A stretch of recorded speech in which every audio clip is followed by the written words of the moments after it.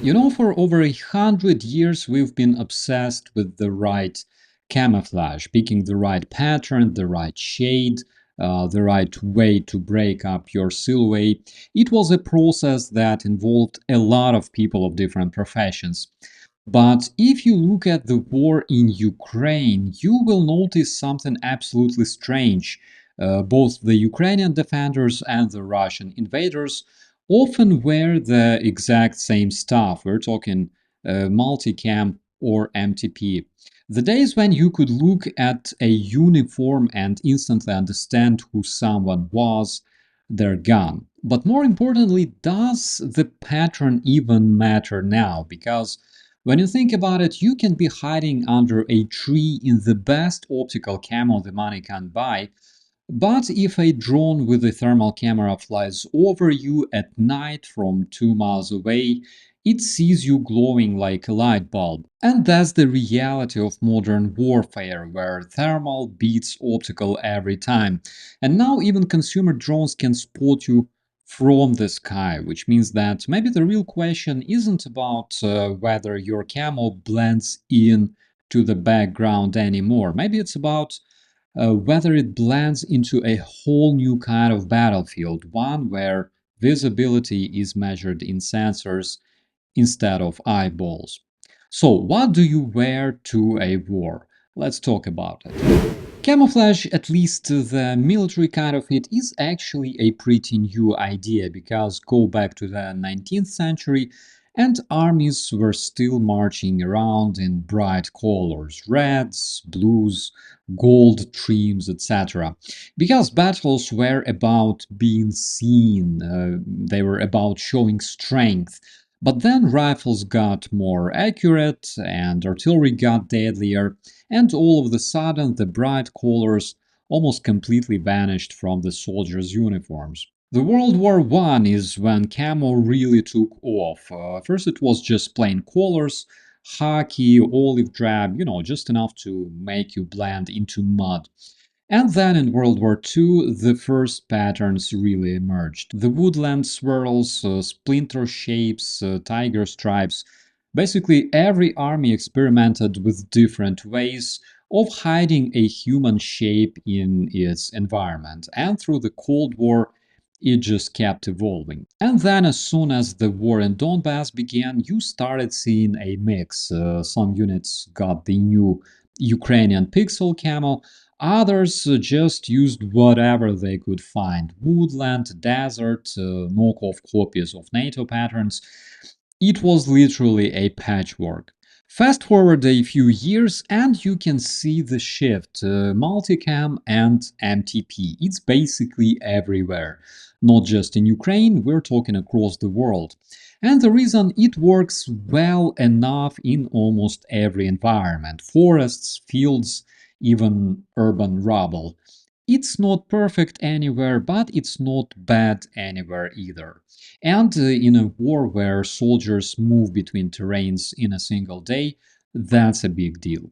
When I first went to serve in late 2014 in the Special Force Police, we didn't have the luxury of a standard issue camouflage. Of course, we've had standard black uniform, but it wasn't designed for field operations. And that is why during our early deployments, we actually wore whatever we could find. Literally, some guys had old woodland patterns, some had old MTP, some had old Ukrainian camo, and the rest just grabbed whatever looked tactical enough. We looked basically more like a militia than a unit. You could see patches of green, brown, yellow, and all of them were mixed together. Unfortunately, that was a reality of the war, and Ukrainian armed forces were pretty much ruined by decades of being neglected by the pro-Russian regimes ruling Ukraine. But not long after, though, in 2015, the Ministry of Interior actually adopted a specific camo for special force battalions. It looked a lot like the German flag tarn, those scattered clusters of dots. And there was a pretty good reason for that, because flag tarn works incredibly well in mixed vegetation like forests and bushes. Ukraine's terrain, specifically in the east, is full of that kind of broken greenery, so it made sense to borrow the concept from the Germans. Then in 2016 came the big shift, and the Special Force Police battalions got their very own version of Multicam that worked well enough in almost every environment that we worked in, and it made us look more or less unified. The National Guard of Ukraine went through its own transformation. In 2014, they rolled out this blue-gray Viper pattern, which looked kinda cool, but the uniform itself was horrible. We called it plastic because that's exactly how it felt. It would burn and melt into your skin. It didn't breathe and it didn't keep the warmth. So basically, you would freeze like crazy in winter, you would sweat like a pig in summer, and if you caught fire, you would burn like Prigozhin. So around 2015, this camo was effectively ditched. For a while, from 2016 up to almost 2021, in the National Guard, everything was olive, but then the operative brigades of the National Guard, like my own Hostomel brigade, started receiving the Predator camo. At first, only the Special Force units had it, and later the rest of the operative units got it too. And I would say that it was a big step up, better material, better cut, and a pattern that actually worked in the environment that we trained and fought in. And yet here we are today, and honestly it doesn't even matter which camo you wear nowadays. There is a broad variety on the battlefield, and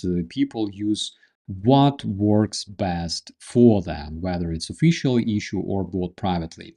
And most of the time, of course, that ends up being multicam or MTP. And whether you're wearing Predator, flag turn, multicam, or some one-off pattern from a surplus store, the biggest question now isn't about what you look like to the human eye, it's about what you look like to a thermal camera, and that's a whole different problem.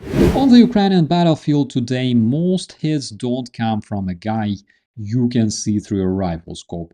They come from above, the drones. Some of them drop charges from an altitude, others carry charges themselves straight into vehicles, bunkers, or a group of soldiers caught in the open. And of course, all of them use cameras, both optical and thermal. Thermal cameras became the real game changer because you can hide from a human eye, you can disappear into the trees, you can hide under a camo net, but your body still gives off heat, and to a thermal camera, you glow like a fire in the dark. It doesn't matter if it's night, if it's foggy or pouring rain, it still sees you. So do either side, Ukrainian defenders or Russian invaders, actually use thermal camo? In fact, they absolutely do. First of all, you will see ponchos, you will see blankets, and also nets made from heat-reflective materials. Some of it's military grade, some of it's improvised, for example, like welding blankets or special layered fabrics. The latest innovations promise to hide you completely, but the reality is a bit more complicated. Good thermal camo can buy you time or reduce your visibility, but it's not magic. If you move too much, or for example, if your heat leaks around the edges, you're still a glowing shape to a skilled drone operator. In addition to that, the gear is often bulky, is hot and expensive. We know that not every unit gets it, and not every soldier even wants to wear it for hours in the field. So yes, thermal camo is here and both sides are experimenting, but just like with visual camo 100 years ago, it's still an arms race between those who want to hide and those who want to find. So after all this talk, flag turn dots, predator stripes, multicam, everything, olive greens and high-tech thermal blankets, what's the answer to what to wear to the war? Also, will the camo itself disappear? Personally, I don't think so, because in the end of the day, the drones do not claim the territory. Despite all the progress, it's still a job for actual infantrymen, just like it was 3000 years ago. And unlike in 2014, modern uniform developers offers soldiers the most convenient types of uniform according to the season and according to the requirements of service. Therefore, on today's battlefield, the right camo is still the one that reduces every chance the enemy has to see you with their eyes. Because in the end, the best thing you can wear to a war is whatever helps you come back from it. My name is Operator Starsky. Thanks for watching. Subscribe to UATV English and stay updated on the most important events, top news from Ukraine and all over the world, in-depth analysis, exclusive reports and interviews, all on hand in our channel. Join our community of viewers and stay tuned.